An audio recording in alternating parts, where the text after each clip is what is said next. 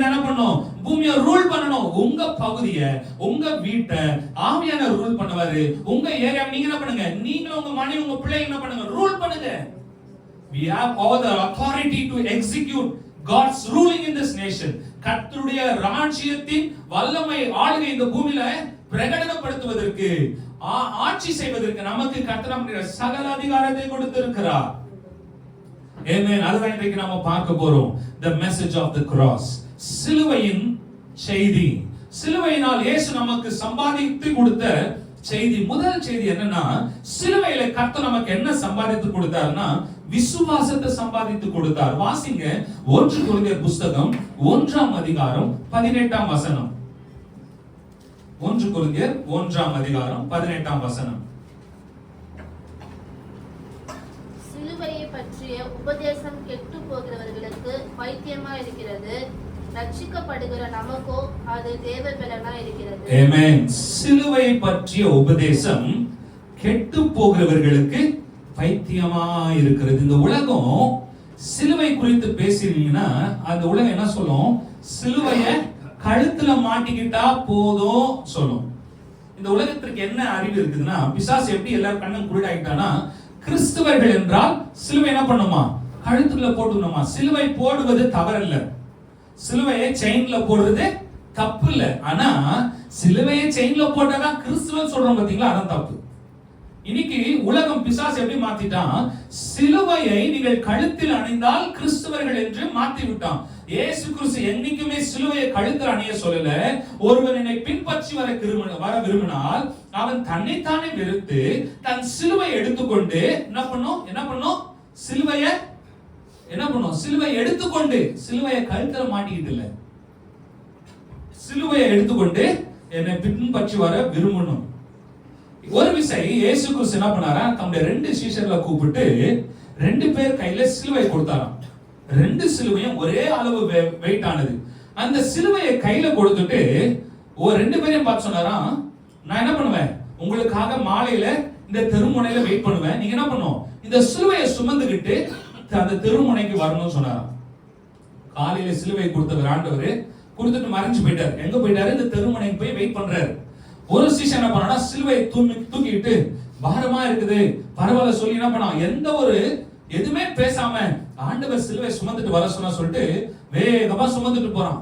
காலையில சிலுவை சுமந்த அந்த நபர் சீஷன் என்ன பண்ணானா, மாலையில கரெக்டா இயேசு சொன்ன இடத்துக்கு என்ன பண்ணானா, கரெக்டா இங்க இந்த தெரு ஆரம்பத்துல இருந்து தெரு முடிவுல போறதுக்கு மாலை ஆயிடுச்சு. ஏன்னா என்ன பண்ணா? அந்த சிலுவை சுமந்துட்டு போனான். இன்னொரு சீஷன் என்ன பண்ணானா, அப்ப முதல் சீஷன் போய் சேர்ந்தோன்னு ஏசு சொன்னாரா, வெரி குட் பா, வா வந்துட்டியா, சூப்பர், நீ சிலுவை நான் சொன்ன மாதிரி சுமந்தல, அதுக்காக உனக்கு நன்றி, ஆண்டவர் உன்னை ஆசீர்வதிப்பார், நான் உன்னை ஆசீர்வதிக்கிறேன், நீ சமாதானோட வாழ்வ, சந்தோஷமா இருப்பேன்னு சொல்லிட்டு அவர் கூப்பிட்டுட்டு பக்கத்துல நிக்க வச்சு சிலுவை வாங்கி அவர் வச்சுட்டாராம். அடுத்த ஒரு சீஷன் என்ன பண்ணானா, சிலுவை வாங்கிட்டு சுமந்துட்டு அவனும் அதே தெரு தான், 2 பேருக்கும் ஒரே பாறை தான், ஒரே டிஸ்டன்ஸ் தான், ஒரே வெயிட் தான். இவன் என்ன பண்ணா, சிலுவை தூக்கிட்டு எவ்வளவு வெயிட்டா இருக்கு ஆண்டவர், இந்த சிலுவை என்னப்பா இது, என் வாழ்க்கையில இந்த சிலுவையெல்லாம் தூக்கி சுமக்கிறது எனக்கு தலையெடுத்தா, எதுக்கு என்ன தூக்கி சுமக்க சொன்னீங்க, குறை சொல்லிக்கிட்டே இருந்தானா.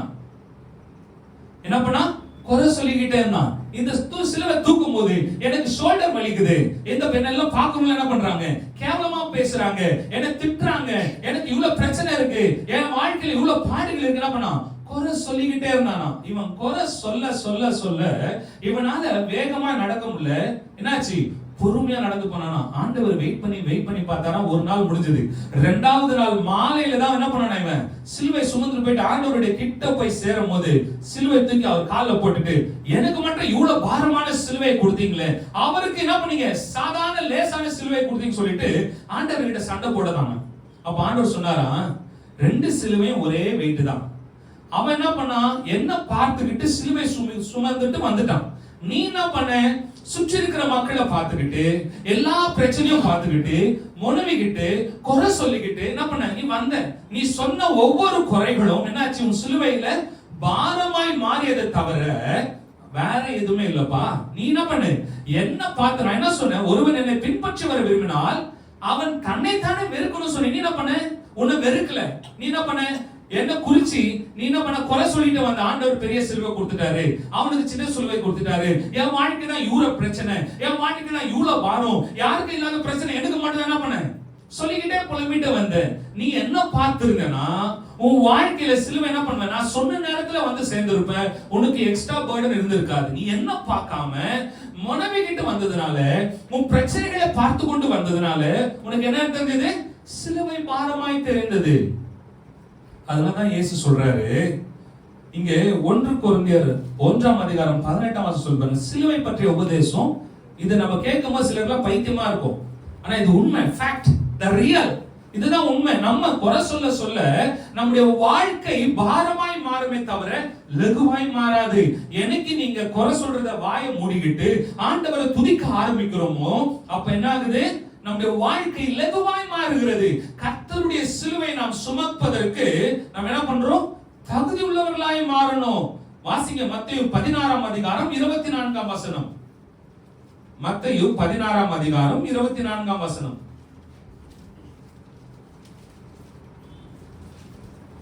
அப்பொழுது இயேசு தம்முடைய சீஷர்களை நோக்கி, இது உலகத்தில் இருக்கிற எல்லாருக்கும் இல்ல, இயேசு தம்முடைய சீஷர்களை நோக்கி, அப்பனா அர்த்தம் ஞானஸ்நானம் எடுத்து சபைக்கு வருகிற நாம் ஒவ்வொருவருக்கும் தான் இந்த வார்த்தை. ஒருவன் என்னை பின்பற்றி வர விரும்பினால், அவர் யாரும் என்ன பண்ணல, கட்டாய புடிச்சு சட்டை புடிச்சு தரத்தான்னு இழுத்து நீ தான் என்ன பின்பற்றி வரணும், இந்த சிலுவை தூக்கி மடியில உடம்புல போடுன்னு சொல்லல, தோல்ல போடுன்னு சொல்லல. என்ன சொல்றாரு, ஒருவன் என்னை பின்பற்றி வர விரும்பினால் அவன் ஃபர்ஸ்ட் குவாலிஃபிகேஷன் பண்ணுமா, தன்னைத்தான் வெறுக்கணும். இன்னைக்கு குடும்பத்துல சமாதானம் இல்லாத காரணம் தன்னை வெறுக்காததுனாலதான். கணவன் தன்னை வெறுக்கணும், மனைவி தன்னை வெறுக்கணும். இன்னைக்கு எப்படி ஆயிடுச்சு தெரியுங்களா, பிசாசு என்ன பண்ணா தெரியுங்களா, மனைவி என்ன பண்ணுவாங்க, கணவனை வெறுப்பாங்க, கணவன் என்ன பண்ணுவாங்க, மனைவியை வெறுப்பாங்க. அப்ப என்ன ஆகுது, இது ரெண்டு பேர் நடுவுல வெறுப்புல என்ன ஆகுது, வெறுண்டா வெறுப்பா பிள்ளை பிறந்தது. அந்த பிள்ளை என்ன பண்ணுது, அப்பா அம்மா வெறுக்குது, அப்பா அம்மா என்ன பண்றாங்க, பிள்ளை வெறுக்கிறாங்க. ஆக மொத்தத்துல குடும்பம் தன்னை தானே வெறுத்து கொண்டு இருக்கிறது. அதனாலதான் இயேசு சொன்னாரு, தனக்கு தானே பிரிந்திருக்கிற எந்த ராஜ்யமும் நிலைத்திருக்காது. நம்ம குடும்பத்துல முதல்ல என்ன பண்ணணும், கணவன் மனைவியை நேசிக்கணும், மனைவி கணவனை நேசிக்கணும், கணவன் மனைவி பிள்ளைகளை நேசிக்கணும், பிள்ளைகள் என்ன பண்ணணும், பெற்றோர்களை நேசிக்கணும். நீங்கள் அனைவரும் சேர்ந்து என்ன பண்ணணும், அனைவரும் சேர்ந்து இயேசுவை நேசிக்க வேண்டும். பிசாசு என்ன பண்ணிட்டான், இந்த கான்செப்டை அப்படியே உடைக்கிறான். எப்படி உடைக்கிறான், ஒருக்கு ஒருவர் விரோதத்தை உண்டு பண்ணுகிறான். கணவனுக்கு மனைவியை பார்த்தா எரிச்சல், மனைவிக்கு கணவனை பார்த்தா எரிச்சல். சிலுவை அங்கே இல்லை, சகிப்புத்தன்மை இல்லை. விளையாட்டா என்னுடைய மாமனார் சொல்வாரு, so long I carried my cross, I gave it to you. யாரு, என் வைஃப். அவங்க பெண்ண என்ன பண்ணாராம், அவர் சுமந்தத சிலுவை என்ன பண்ணிட்டாராம், எனக்கு கொடுத்துட்டாராம். விளையாட்டா சொல்வார், சொல்லிட்டு சிரிப்பாரு. இல்ல நம்ம வாழ்க்கையில நம்ம என்ன பண்ணோம், ஜாலியா மனைவி என்ன பண்ணும், கணவனை ஜாலியா சிலுவை போல இயேசுவை நேசிக்கிறது போல சுமக்க கற்றுக்கொள்ளணும். மனைவி என்ன பண்ணும், கணவனை சுமக்க கற்றுக்கொள்ளணும். உங்க பலவீனங்கள் கணவனுக்கு நாகும் பலமா இருக்கும், கணவனுடைய பலவீனங்கள் மனைவிக்கு பலனா இருக்கணும். கணவன் கஷ்டப்படும் போது மனைவி என்ன பண்ணும், தேற்றணும். அதுதான் நாங்க பிராக்டிஸ் பண்றோம். எங்க திருமணமான முதல் நாள்ல இருந்து நாங்க பிராக்டிஸ் பண்றது அதுதான். நான் பல தவறுகள் செய்தாலும் அவங்க மேல குற்றம் வரும், அது அவங்க யாருமே இவருதான் சொல்லி சொல்ல மாட்டாங்க. சந்தோஷமா ஏற்று என்ன பண்ணுவாங்க, எங்களை அரவணைத்து செல்வார்கள். கர்த்தர் கொடுத்த மனைவி அப்படிதான் இருக்கணும். நம்ம என்ன பண்ணோம், ஒருவருக்கு ஒரு பாரத்தை என்ன பண்ணணும், தாங்கணும், விட்டு கொடுக்க கூடாது. கணவன் மனைவி விட்டு கொடுக்க கூடாது, மனைவி கணவனை விட்டு கொடுக்க கூடாது. கிறிஸ்து சபையை விட்டு கொடுக்கல. சிலுவை பாடுகள் என்ன தெரியுங்களா, இயேசு நம்மை விட்டு கொடுக்கல, நம்ம இயேசு விட்டு கொடுக்கவே இல்லை. என் பிள்ளை பாவம் செஞ்சிட்டான், பாவம் செஞ்சல போ தண்டி உனக்கு தேவை அப்படி சொல்லல. இயேசு என்ன பண்ணாரு, ஐயோ என் பிள்ளை தெரியாம பண்ணிட்டான், அவனுக்கு தெரியல, பிசாசு அவனை ஏமாத்திட்டான், என் ரத்தத்தை சிந்தி அவனை மீட்டெடுக்க சொல்லி பரலோகத்தை விட்டு இந்த பூமிக்கு வந்து அவர் நம்மை மீட்டெடுத்தார். அவர் நம்மை மீட்டெடுத்தார் என்றால் குடும்பத்தை மீட்டெடுத்தார். கல்வாரி சிலுவை ரத்தத்தினாலே ஆதாம் ஏவாள் இழந்த சந்தோஷத்தை, உறவை மீட்டெடுத்தார். உங்கள் குடும்பத்தில் இருக்கிற உறவை கர்த்தர் இன்றைக்கு மீட்டெடுக்கும்படி விரும்புகிறார். கல்வாரி சிலுவை நம்முடைய உறவுகளை, குடும்ப உறவுகளை மீட்டெடுக்கிறது. தயவு செய்து உங்களுக்கு சொல்ற ஒரு ஆலோசனை, கர்த்தர் எனக்கு கொடுத்த ஆலோசனை, நான் பின்பற்றுற ஆலோசனை, உங்க பிள்ளைகளை உங்க நடுவுல வைக்காதீங்க. கணவன் மனைவி நடுவுல பிள்ளைகளை வைக்காதீங்க. பிள்ளைகளை சைடுல போடுங்க, கணவன் மனைவி ஒண்ணா இருங்க. என்னைக்கு பிள்ளைகள் நடுவுல வராங்களோ அன்னைக்கு உங்க ரெண்டு பேர் நடுவுல ஆகும் விரிசல் வரும். ஃபர்ஸ்ட் பிள்ளைங்க வருவாங்க, அப்புறம் என்ன பண்ணுவாங்க, மூணாவது நபர் உள்ளவர் வருவாங்க. கணவன் மனைவி எப்பொழுதும் ஒன்றாய் படுக்கணும், ஒன்றாய் நடக்கணும், ஒன்றாய் வாழணும். இதை நீங்க பிராக்டிஸ் பண்ணீங்கன்னா மூன்றாவது நபர், இரண்டாவது நபர், மூணாவது நபர், நாலாவது நபர், அஞ்சாவது நபர், எந்த நபரும் உங்களுக்குள்ள வர முடியாது. உங்கள் உறவுகளை பாதுகாக்க கர்த்தர் எனக்கு கொடுத்த ஆலோசனை. எனக்கு ஒரு ஊழியக்காரர் சொல்லி கொடுத்தாரு.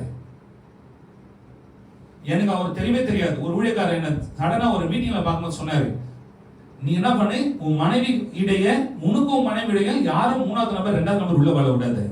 நீ என்ன பண்ணு, ஒன்னா படு, ஒன்னா வேலை செய், ஒன்னா நடங்க, எங்க போனாலும் ஒன்னா இருங்க. அப்போ பிசாசு உங்களை பார்த்து என்ன பண்ணுவானா, நடுங்குவானா. பிரிவினை வந்தால் பிசாசுக்கு சந்தோஷம். ஏனென்றால் அந்த பிரிவினை இருக்கிற இடத்துல தேவனுடைய ராஜ்யம் எஸ்டாப்லிஷ் பண்ணப்படாது. தேவனுடைய ராஜ்யம் ஆகாது, விரிவடையாது. அங்க தேவ ஆளுகை இருக்காது. நீங்க ஒன்னா இருந்தீங்கன்னா, கணவன் மனைவி இடையே ஒருமை இருந்ததுனால் உங்கள் குடும்பத்துல என்ன இருக்கும், தேவனுடைய ஆளுகை இருக்கும். உங்கள் பிள்ளைகள் மத்தியில தேவனுடைய ஆளுகை இருக்கும். உங்களை பார்க்கிற நம்ம பிள்ளைங்க எப்படி பண்ணுவாங்க தெரியுங்களா, அதை அவங்க ஃபாலோ பண்ணுவாங்க. அதே போல கணவன் மனைவியுடைய பிள்ளைகள் அப்பா பற்றி தாய் கிட்ட வந்து சொல்லும் போது கேட்காதீங்க. அதே போல தகப்பன் அம்மாவு குறித்து பிள்ளை வந்து சொல்லும் போது கேட்காதீங்க.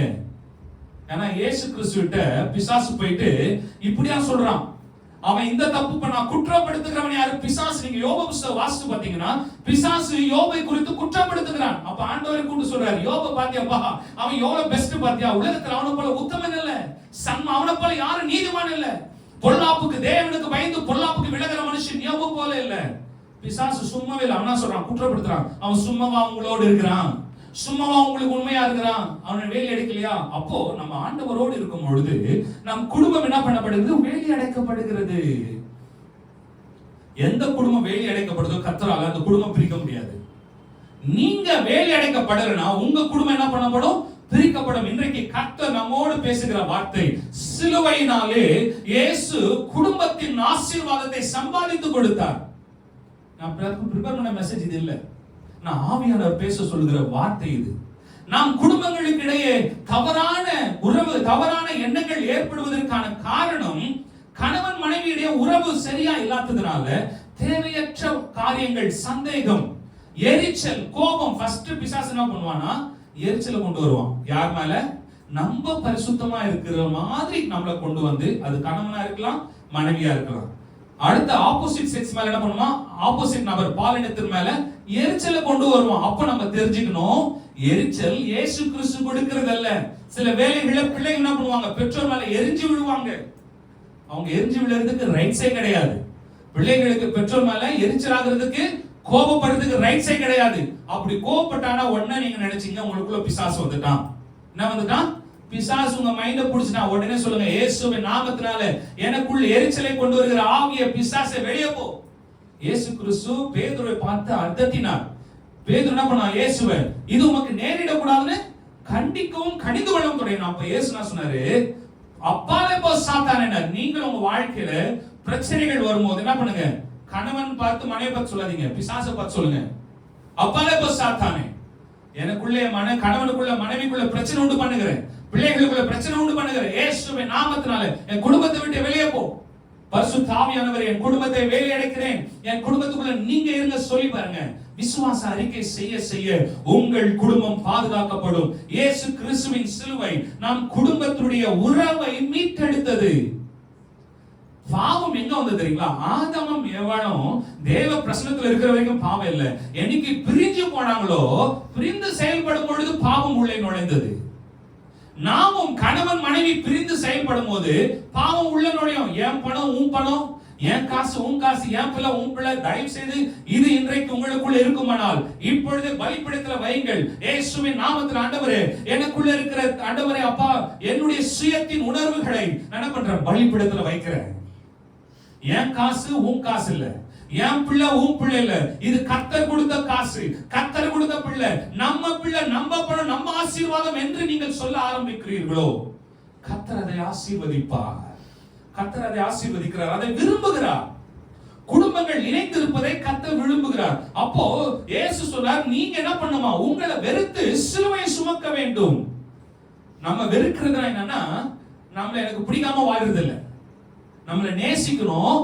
அப்போ எப்படி நேசிக்கணும்னா, கிறிஸ்து சபையை நேசிக்கிறது போல நம்ம என்ன பண்ணுமா, நாம் ஒருவரை ஒருவர் நேசிக்க வேண்டும். இதான் எபேசியர்ல வாசிக்கிறோம். சபைக்கு தலை யாரு, கிறிஸ்து. குடும்பத்துக்கு தலை யாரு, கணவன். அதனாலதான் ஆண்டவர் அந்த உறவை கொண்டு வருகிறார். கிறிஸ்து சபையை நேசிக்கிறது போல கணவன் உங்கள் மனைவியை நேசிங்கள். கிறிஸ்து சபை கிறிஸ்துவுக்கு கீழ்ப்படுகிறது போல மனைவிகளே உங்கள் சொந்த புருஷனுக்கு என்ன பண்ணுங்க, கீழ்ப்படிங்க. அதான் ஒரு ஊழியக்காரர் சொன்னாரு, அடுத்தவங்க புருஷனுக்கெல்லாம் கீழ்ப்படிவாங்க, சொந்த புருஷனுக்கு கீழ்ப்படிய மாட்டாங்க. அதே போல அவரே சொன்னாரு, அடுத்தவங்க பொண்டாட்டியெல்லாம் நேசிப்பாங்க, சிரிச்சு பேசுவாங்க, சொந்த பொண்டாட்டியை பார்த்தா எரிஞ்சு விழுவாங்க. இது நமக்குள்ள என்ன பண்ணக்கூடாது, இருக்கக்கூடாது. நம்மளாம் யாரு? கிறிஸ்தவர்கள். நம்ம யாரு? கிறிஸ்தவர்கள். நம்ம யாரு? சத்தமா சொல்லுங்க. யாரு? சத்தமா சொல்லுங்க. கிறிஸ்தவர்கள். பிள்ளைகளும் கிறிஸ்தவர்கள் தான், கணவன் மனைவியும் கிறிஸ்தவர்கள் தான், பெற்றோர்களும் கிறிஸ்தவர்கள். அப்ப நம்ம யாரு? கிறிஸ்தவர்கள் என்றால் கிறிஸ்துவை நம்ம என்ன பண்ணிருக்கோமா, அணிஞ்சிருக்கிறோம். நம்ம ட்ரெஸ் போட்டுக்கிற மாதிரி நம்ம என்ன பண்றோம், இயேசுவை நம்ம அணிந்து கொண்டு இருக்கிறோம். அப்போ நடந்து போகும்போது யார் நடந்து போறா? இயேசு நடந்து போறார். உங்க அந்த விசுவாசம் உங்களுக்குள்ள இருக்கணும். நான் நடந்தா இயேசு நடக்கிறார், நான் பார்த்தா யார் பார்க்கிறா? இயேசு பார்க்கிறாரு. அப்ப நீங்க என்ன பண்ணணும், நான் பார்க்கும்போது இயேசு பார்க்கிறாரு. இயேசு மொபைல்ல திருட்டுத்தனமா எதனா பாப்பாரான்னு என்ன பண்ணணும், கேள்வி கேட்டுக்கணும். பிள்ளைங்க மொபைல்ல தேவையில்லாத கேம்ஸ்ல என்ன பண்ணக்கூடாது, விளையாடக்கூடாது. இயேசு வீடியோ கேம்ஸ் விளையாடுவாரா? யூடியூப்ல போயிட்டு இயேசு சீரியல் பாப்பாரா? நம்ம கேள்வி கேட்டுக்கணும். அப்ப இயேசு பார்க்க மாட்டார்னா நான் பார்க்க மாட்டேன். என் கண்ணு என்னது? இயேசுவின் கண். என் கண் எல்லாருடைய கண் இயேசுவின் கண். நாம் இதை இயேசுவுக்கு ஒப்பு கொடுத்த பிறகு என்ன பண்ணணும், இந்த உலகத்துக்குரிய காரியங்களுக்கு நாம் என்ன பண்ணக்கூடாது, ஒப்பு கொடுக்க கூடாது. உலகத்துடைய காரியங்களிலே நாம் என்ன பண்ணக்கூடாது, இணைந்து செயல்படக்கூடாது. அப்போ முதலாவது நம்மை வெறுப்பது என்பது இயேசுவை நேசிப்பதாகும். இயேசுவை நேசிக்கணும். இயேசுவை நேசிக்கிறவர்கள் தேவனுடைய கட்டளைகளுக்கு என்ன பண்ணுவாங்க, கீழ்ப்படிவாங்க. கர்த்தருடைய கட்டளை என்னது? அவருடைய வேதத்தை இரவும் பகலும் வாசிச்சு அதன் பிரகாரம் என்ன பண்ணுவோம், பிராக்டிஸ் பண்ணோமா. நம்ம என்ன பண்ணுவோம், நிறைய பேருக்கு தெரியும், ஸ்கூல் படிக்கும் போது காலேஜ் படிக்கும் என்ன பண்ணுவாங்க, ஸ்கிட் டிராமா போட்டாங்கன்னா அது என்ன பண்ணுவாங்க, ஒரு 2 மாசம் 1 மாசம் என்ன பண்ணுவாங்க, அந்த டயலாக் எல்லாம் படிச்சு பிராக்டிஸ் பண்ணுவாங்க. தனி ரூம்ல என்ன பண்ணுவாங்க, பிராக்டிஸ் பண்ணுவாங்க. வீட்ல இருக்கும்போது பேசிட்டே இருப்பாங்க. அப்பதான் என்ன பண்ண முடியும், காலேஜ் அந்த கிராண்ட் ஃபங்க்ஷன் வரும்போது என்ன பண்ண முடியும், அதே மாதிரி பேச முடியும். கிறிஸ்தவ வாழ்க்கை எக்ஸாக்ட்லி இது மாதிரிதான். நீங்க உங்க தனி அறையில வசனத்தை படிச்சுட்டு துன்மார்க்கருடைய ஆலோசனை இடவாமலும் பாவிகள் வழியில் இல்லாமலும் பரியாசக்கார உட்காரும் இடத்துல உட்காராமலும் நான் நிக்க மாட்டேன் ஆண்டவரே, உட்கார மாட்டேன், நடக்க மாட்டேன், உங்க சமூகத்துல இரவு பகல் என்ன பண்ணுவேன், உங்க வேதத்தை தியானமா இருப்பேன். ஆண்டவரே 119 சங்கீதம் 105 வசனம், உங்க வேதம் என் கால்களுக்கு என்னவா இருக்கு, தீபமா இருக்கு. அப்படியே ஆக்ஷன் பண்ணி பிராக்டிஸ் பண்ணி பாருங்க, வசனம் எல்லாம் உங்களுக்குள்ள அப்படியே மனப்பாடம் ஆயிடும். சங்கீதம் 19 சங்கீதம் 14 வசனம், ஆண்டவரே என் வாயின் வார்த்தைகளும் உமது ஆண்டவரே இருதயத்தின் தியானம் உங்க சமூகத்துல பிரியமா இருக்கட்டும். சொல்லுங்க, நான் யோசிக்கிற யோசனைகள், ஆண்டவரே நான் பேசுற பேச்சு எல்லாம் உங்களுக்கு பிரியமா இருக்கணும். ஆண்டவரே இயேசு இதுதான் சிலுவையில சம்பாதித்து கொடுத்தாரு. இது வரும்பொழுது என்னாகும், ஆசீர்வாதம் தன்னால வரும். நீங்க மத்தேயு 6ஆம் அதிகாரம் கடைசி வசனத்தை எடுத்துக்கொள்ளுங்க. மத்தேயு 6ஆம் அதிகாரம்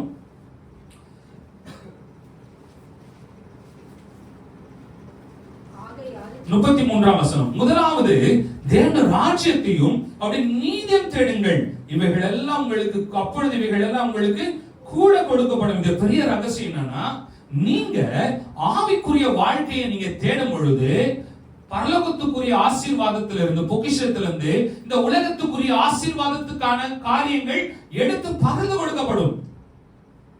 எதுக்கு இயேசு கிறிஸ்து முதலாவது தேவனுடைய ராஜ்யத்தை நீதியும் தேட சொன்னாரு? தேவனுடைய ராஜ்யம் நீதியான அது ரூட், இட்ஸ் a treasure. நீங்க இதை தேடும் பொழுது உங்க வாழ்க்கைக்கு வேண்டிய ஆசீர்வாதங்கள் எங்க இருக்கு? அங்கதான் இருக்கு, இந்த பூமியில இல்ல. நம்ம எல்லாம் என்ன பண்றோம், பிசாசு என்ன பண்ணிட்டான், பண்ணி மாதிரி இந்த பூமியை பார்க்க வச்சுட்டான். இப்படியே பாக்குறோம். மொபைல் என்ன பண்றோம், இப்படியே பாக்குறோம். நடந்து போகும்போது கூட இப்படியே பாக்குறோம். ரோட்ல கார் வருதா, பஸ் வருதா, எவனா நம்மள ஏத்த போறானா எதுவும் பாக்குறது இல்ல. கீழே பார்த்துட்டு போறாங்க. வாலிப பசங்க ரொம்ப மோசம், சின்ன பசங்க அதோட மோசம், அதோட மோசம் பெரியவங்க. ரோடு கிராஸ் பண்ணும்போது பேசிக்கிட்டே நடந்து போறாங்க. நானும் ஹார்ன் அடிக்கிறேன். பரவாயில்ல போட்டோம், அவங்க எப்போ கிராஸ் பண்றாங்க நிக்கலாம் சொல்லி நின்று சில நேரங்களில். அப்ப நம்ம வாழ்க்கையில தேவனாகிய கர்த்தர் சொன்ன இயேசுவே இதை சொல்லி கொடுத்தாரு. அது முதலாவது தேவனுடைய ராஜ்யத்தை, தேவனுடைய நீதியை தேடுங்கள். ஆசீர்வாதம் உங்களுக்கு பிள்ளை என்பது ஒரு ஆசீர்வாதம். வேதம் சொல்கிறது, பிள்ளைகள் கர்த்தரால் வரும் சுதந்திரம், கற்பத்தின் கனி அவரால் கிடைக்கும் பலன். இதை நல்லா புரிஞ்சுக்கீங்க. பிள்ளைங்க எடுத்தோடனே உங்களுக்கு நீங்க திருமணம் ஆனவுடனே முடக்குன்னு உங்க வயித்துல இருந்து அப்படி வெளியே குச்சிடுறாங்களா? இல்ல. என்ன ஆகுது? 10 மாசம் 9 மாசமோ 8 மாசமோ 10 மாசம் என்ன ஆகுது?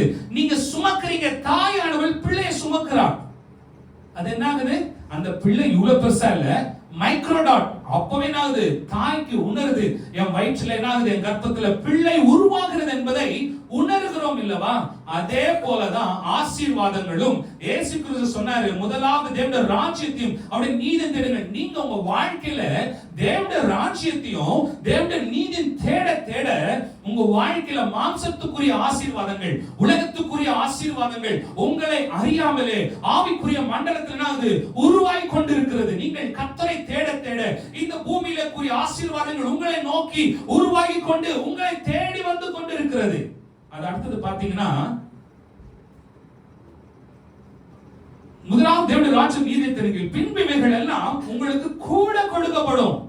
உங்களுக்கு வேண்டியது கொடுக்கப்படும் சொல்லல, உங்களுக்கு கூட கொடுக்கப்படும். எக்ஸ்ட்ரா உங்களுக்கு என்னென்னலாம் லைஃப் வேணுமோ எல்லாம் எக்ஸ்ட்ரா கொடுக்கப்படும். ஹீப்ரு கிரீக் பைபிள்ல பாத்தீங்கன்னா, ஒரு நாய் என்ன பண்ணும்? ஒரு மனுஷனை திரத்திட்டு வருகிறது, கடிக்கிறது திரத்துற மாதிரி கர்த்தருடைய ஆசீர்வாதம், நீங்கள் கர்த்தருடைய நீதியும் அவருடைய சமூகத்தையும் தேட தேட அவருடைய ஆசீர்வாதம் உங்களை திரத்திட்டு வரும். அப்ப நீங்க பண்றது என்னது? நீங்க என்ன போய் பணத்தை போய் என்ன போய் கொள்ளடிக்கிறீங்களா? எது பண்றீங்க? இன்னைக்கு நீங்க நல்லா யோசித்து பாருங்க. தேவனுக்கு உண்மையா இருக்கிற தேவனை உண்மையாய் தேடுகிறவர்கள் உடைய வாழ்க்கை ஆசீர்வதிக்கப்படுகிறதுக்கான முதல் காரணம், அவர்கள் தேவனை முதலிடத்தில் வைத்திருக்கிறார்கள். உங்க வாழ்க்கையில நீங்க தேவனாகிய கர்த்தரை முதலிடத்துல வைத்து, முதலாவது ஆண்டவரே என் வாழ்க்கையில எல்லா விதத்திலும் உம்மை மற்றும் நான் தேடுவேன் என்று நீங்க சொல்வீர்கள். ஆனால் அதை நீங்க அப்படியே பிராக்டிஸ் பண்ணீங்கன்னா கர்த்தருடைய ஆசீர்வாதம் உங்க வாழ்க்கையில தேடி வரும். நீங்க யாரையும் தேடி போய் வெயிட் பண்ண வேண்டாம். யாருக்காக வெயிட் பண்ண வேண்டாம். உங்களுக்கு பிசினஸ் பண்றவங்களுக்கு ஆர்டர் வரும், வேலை இல்லாதவர்கள் வேலை உங்களை தேடி வரும். கர்த்தர் உங்களுக்கு எல்லாவற்றையும் தேடி கொடுப்பாரு. இது சிலுவையிலே கர்த்தர் நமக்கு சம்பாதித்து கொடுத்த ஒரு ஆசீர்வாதம். அவரை தேடும்படியான உறவு. சிலுவை நமக்கு என்ன கொடுக்கிறது? முதலாவது குடும்பத்துல உறவை மீட்டு கொள்ளுகிறது. அடுத்து தேவனுக்கு நமக்கு இருக்கிற உறவை மீட்டு விடுகிறது. நாம் இழந்து போன தேவனோடு ஆதாம் ஏவாள் தேவனோடு இழந்த தேவ சாயலை மீட்டுக் கொண்டார்கள். தேவனோடு உறவில் இருக்கும் பொழுது தேவ சாயலாக நமக்குள்ள உண்டாகிறது. நீங்க தேவனோடு ஐக்கியமாகனா தேவ சாயல் உங்களுடைய சரீரத்துல, உங்க ஆவியில, ஆத்மால உண்டாகாது. மாற்றங்கள் எப்பொழுதும் முதலாவது ஆவிக்குரிய மண்டலங்களில் தான் உண்டாகும். அப்புறம் தான் மாம்ச மண்டலம். அதனாலதான் வேதம் சொல்கிறது, உள்ளத்தின் நிறைவினால் வாய் பேசும். நம்ம பேசுறதுனால நம்ம இருதயம் நிரப்பப்படல. நம்ம உள்ள என்ன இருக்கோ அதான் ஆகுது, வெளியே வருகிறது. அப்போ நீங்க பேசுற வார்த்தையில மிகவும் ஜாக்கிரதையா இருக்கணும். நீங்க பேசும்போது நான் இயேசுவை என் வார்த்தையில வெளிப்படுத்துகிறேனா? நான் பேசும்போது ஃபர்ஸ்ட் என்ன சொல்லணும்? இயேசு என் வாயில வெளிப்படுகிறாரா என் வார்த்தையில? அப்போ இயேசு உங்க வாயில வெளிப்படும் பொழுது உங்கள் குடும்பத்துல சமாதானம் இருக்கும். நீங்க என்ன பண்ணணும்? இயேசுவை போல பின்பற்றுகிறவர்களாக மறுரூபமாகணும். உங்க வாழ்க்கை இயேசுவுடைய வாழ்க்கை போல இருக்கணும். அப்போ நீங்க இன்றைக்கு ஒரு தீர்மானம் எடுங்க. ஆண்டவரே, நான் என்னை காட்டிலும் என் கணவரை அதிகமாய் நேசிப்பேன், என்னை காட்டிலும் என் மனைவி அதிகமாய் நேசிப்பேன். ஆண்டவரே, நாங்க 2 பேரும் எங்களை காட்டிலும் உம்மை அதிகமாய் நேசிப்போம். பிள்ளைகள் அதிகமாய் நேசிப்பேன் நான் சொல்ல மாட்டேன். ஏன் தெரியுமா? நம்ம ஏற்கனவே நேசிக்கிறோம். இதை காட்டிலும் இயேசுவை அதிகமாய் நேசிக்கும் பொழுது நம்முடைய உறவுகளுக்குள்ள ஒரு ஒழுக்கம் உண்டாகும். இன்றைக்கு குடும்பங்களுக்குள்ள ஒழுக்கமும் உறவுக்குள்ள ஒழுக்கம் இல்லாத காரணம் இயேசுவுடைய அன்பு நம் உறவுக்குள்ளே நமக்குள்ள இல்லாததான் காரணம். இன்றைக்கு ஒரு தீர்மானம் எடுங்க. ஆண்டவரே, நான் என்னை காட்டிலும் என் மனைவியை அதிகமாய் நேசிப்பேன், என்னை காட்டிலும் என் கணவரை அதிகமாய் நேசிப்பேன். நாங்கள் 2 பேரும் எங்களை காட்டிலும் உம்மை அதிகமாய் நேசிப்போம். ஆண்டவரே, நாம் இதை ஒவ்வொரு நாளும் சொல்ல, ஆண்டவரே உங்களை நான் நேசிக்கிறேன். அதே போல கணவன் மனைவி இடையே உங்கள் அன்பை ஒவ்வொரு நாளும் பகிர்ந்து கொள்ளுங்கள். ஐ லவ் யூ சொல்லுங்க, தப்பே கிடையாது. ஐ லவ் யூ சொல்லுங்க. Express your love. that will make you stronger and stronger every day. நீங்கள் உங்கள் மனைவியை பார்த்து, கணவனை பார்த்து ஐ லவ் யூ நீங்க சொல்லும்போது உங்க அன்பை நீங்க என்ன பண்றீங்க? அதிகரிக்கிறீங்க. நீங்க ஐ லவ் யூ சொல்லும்போது அவருக்குள்ள இருக்கிற என்ன பண்றீங்க? கிறிஸ்துவை நேசிக்கிறீங்க. நாம் ஒவ்வொருவரும் கிறிஸ்துவை போல உருவாகிறோம். கிறிஸ்து நமக்குள்ள உருவாகிறார். உங்கள் அன்பு ஐக்கியம் கிறிஸ்துவை போல நீங்க பிரதிபலிக்கணும்னா பிராக்டிஸ் பண்ணுங்க. Practice make perfect. பிள்ளைகள் தகப்பன் தாயை பார்த்து சொல்லுங்க, லவ் யூ மம்மி சொல்லுங்க, டாடி சொல்லுங்க. இப்படி சொன்னீங்கன்னா நீங்க வெளியில ஊர்ல இருக்கவங்க லவ் பண்ண மாட்டீங்க. பெற்றோர்கள் பிள்ளையை பார்த்து சொல்லுங்க, லவ் யூ சொல்லுங்க. அப்போ பிள்ளைகள் உங்களை விட்டு வெளியே போக மாட்டாங்க, ஐக்கியத்திற்குள்ள உருவாகுவார்கள். நாம் பிள்ளைகளை கட்டி எழுப்ப வேண்டிய கடைசி காலம். இன்றைக்கு பிசாசு என்ன பண்றாங்க தெரியுங்களா? ஒவ்வொரு இடம் தனித்தனியா பிடிச்சிட்டு போறான். ஏன்? ஃபர்ஸ்ட் மொபைலை கொடுத்து நீங்க மொபைலை புடிங்கி பாருங்க பிள்ளைங்க கையில. அதான் வாட்ஸ்அப்ல ஒரு போட்டோ போட்டுருந்தாங்க. ஒரு குழந்தை செயின்ல கட்டி போட்டு இருக்காங்க, பேய் பிடிச்ச மாதிரி அலறுது. அதான் ஒருத்தர் வந்து கேக்குறாங்க, என்னாச்சு மென்டல் ஆயிட்டாளா? இல்ல, அவ கையில இருந்து நான் என்ன பண்ணேன், போனை எடுத்தேன், அதனால தான் என்ன பண்ணிட்டான், பேய் மாதிரி ஆடுறா, அதனால கட்டி செயின்ல கட்டி போட்டுருக்காங்க. நமக்கு அந்த நிலைமை வேண்டாம். எனக்கு மொபைல் போன்லாம் ஒயர்ல கட்டி போட்ட வச்சிருக்கோம், கொட்டி போட்டு வைத்தப்பட்ட இருக்க நாள் வரைக்கும் மனுஷன் என்ன பண்ணா, விடுதலையோடு இருந்தான். போன் என்னைக்கு கட்டவிழ்த்து விடப்பட்டதோ மனிதன் கட்டப்பட்டு விட்டான். எதோட? போனோட. பாக்கெட்ல போனு, தூங்கும் போது பெட்ஷீட்டுக்குள்ள போனு, தலகாணிக்குள்ள போனு, புக்குள்ள போனு, டாய்லெட்ல போனு, எங்க போனாலும் போனு. நான் போகும்போது இயேசுவை போல போவேன், வரும்போது இயேசுவை போல இருக்கிறோம். இப்ப எப்படி மாறிச்சுன்னா, நான் போகும்போதும் மொபைலோட போவேன், வரும்போதும் மொபைலோட போவேன். இன்னைக்கு அடக்கம் பண்றதுக்கு மட்டும் தான் மொபைல் எடுத்துன்னு போல, பொட்டியில போடுவேன். ஏன்னா அது பொட்டியில போட்டா எவன் எடுத்துட்டு போவான்? எல்லாம் முடிச்ச பாரு வெட்டி என்ன பண்ண, மறுபடியும் தோண்டி அந்த போன் எடுத்து அவங்க யூஸ் பண்ணுவான். நம்ம வாழ்க்கையில நாம் இயேசுவோடு வாழணுமே தவிர, நமக்கு பிசாசு என்ன சொல்லிட்டானா, காசு மேல கண்ணை வை, இயேசு மேல வைக்காத. அதனாலதான் நமக்கு பிரச்சனையே. தேவன் கொடுத்த ஆசீர்வாதங்கள் மேல நம் கண்கள் இருக்கக்கூடாது. நம் கண்கள் எங்க பதிக்கப்பட்டிருக்கணும்? இயேசு மேல, நம்மை உண்டாக்கின இயேசு மேல நம்முடைய கண்கள் பதிக்கப்பட்டிருக்கும் பொழுது இந்த பூமிக்குரிய ஆசீர்வாதங்கள் நம்மை தேடி வரும். நாம் எந்த ஆசீர்வாதங்களையும் நாய் மாதிரி தேடி ஓடுவதில்லை. ஏன் தெரியுமா? நம்ம கர்த்தர் பிரசன்னத்துல அவருக்கு நன்றியா இருக்கும் பொழுது இவைகள் எல்லாம் நம்மை தேடி வரும். அந்த பிராக்டிஸ் பண்ணுங்க. ஆண்டவரே, இன்றைக்கு நான் கற்றுக்கொண்டேன், உங்க சிலுவையின் பாடு என் உறவு, திருமண உறவை மீட்டெடுத்தது. சிலுவையின் பாடு இயேசுவை உங்களோடும் என்னோடு இருந்த உறவை மீட்டெடுத்தது. இயேசு கிறிஸ்து யாரும் என்ன பண்ண மாட்டாரு, அசிங்கப்படுத்த விரும்ப மாட்டார். நீங்க என்ன தவறு பண்ணாலும் அவர் மன்னிப்பார். நாம என்ன பண்ணோம்? கணவனோ மனைவியோ தவறு செய்யும் பொழுது அதை சுட்டி காட்டாமல் மன்னித்து ஒருவரை ஒரு என்ன பண்ணுங்க, ஏற்றுக்கொள்ளுங்கள். கிறிஸ்து சபை செய்கிற அத்தனை தவறுகளையும் கிறிஸ்து மறந்து மன்னிச்சு விட்டார். அவர் என்ன சொல்றாரு, வானத்திற்கும் பூமிக்கும் எவ்வளவு தூரமோ அவ்வளவு தூரம் என்ன பண்றாரு, நம்ம பாவங்களை அவர் முதற்கு பின்னாடி தூக்கி போயிட்டாராம். யாராவது வானத்துக்கும் பூமிக்கும் மெஷர்மென்ட் பண்ண முடியுமா? இன்ன வரைக்கும் டெக்னாலஜி இந்த அளவுக்கு உயர்ந்திருக்கு, ஒரு சயின்டிஸ்ட் கூட ஹெவனுக்கும் எர்த்துக்கும் மெஷர்மென்ட் பண்ணவே முடியல. அந்த அளவிற்கு அகலம் ஆழம் உயரமான அன்பு கொண்டவர் இயேசு கிறிஸ்துவின் அன்பு. அவர் அன்பு நம் பாவத்தை ஒரு நாளும் குற்றப்படுத்தாது. அவர் நம் பாவத்தை மன்னிக்கிற தேவன்.